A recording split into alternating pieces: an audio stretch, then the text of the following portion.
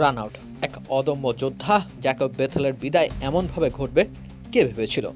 একাই যেন লড়লেন, ভারতের চোখে চোখ রেখে সংগ্রাম করলেন ২২ বছরের ছোকরা।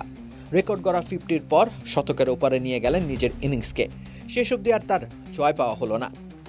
ইংল্যান্ডের ভবিষ্যৎ আছে ঠিক হাতে।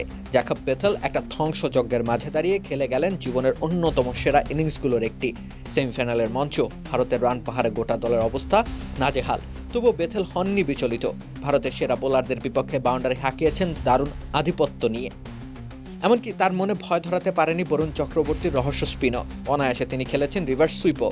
দশম টি-20 বিশ্বকাপে দ্রুততম হাফ সেঞ্চুরি তুলে নিয়েছেন। ১৯ বলে হাফ সেঞ্চুরির পঞ্চম দৃষ্টান্ত স্থাপন করলেন জ্যাকব বেথেল। ২২ গজে রীতিমতো কর্তৃত্ব ফলানো একটা ইনিংস উপহার দিয়ে গেছেন তরুণ এই ব্যাটার। ভারতের গলার কাটা হয়ে টিকেছিলেন তিনি দীর্ঘক্ষণ। ৯৪% চিনিযুক্ত অরেঞ্জ ড্রিঙ্কস না, নিন জিরো ক্যাল অরেঞ্জ ড্রিঙ্ক পাউডার। যতক্ষণ তিনি টিকেছিলেন ২২ গজে ইংল্যান্ডের স্বপ্ন ছিল সজীব। তিনি নিজের সমস্তটুকু দিয়ে চেষ্টা করে গেছেন। আরেক পাশের উইকেট পতনের মিছিল সামনে থেকে দেখেছেন, তবুও তার মনে ভয়কে জায়গা দেননি। নিজের সামর্থ্যের উপর ভরসা রেখে ম্যাচের শেষটা দেখতে চাইলেন, কিন্তু দেখা হলো না তার। ৪৮ বলে ১০৫ রানে ঘটে তার অভাবনীয় ইনিংসের অবসান। রান আউটে কাটা পড়ে অবসান ঘটে বেথেলের ২১৮ স্ট্রাইক রেটের ইনিংসটির।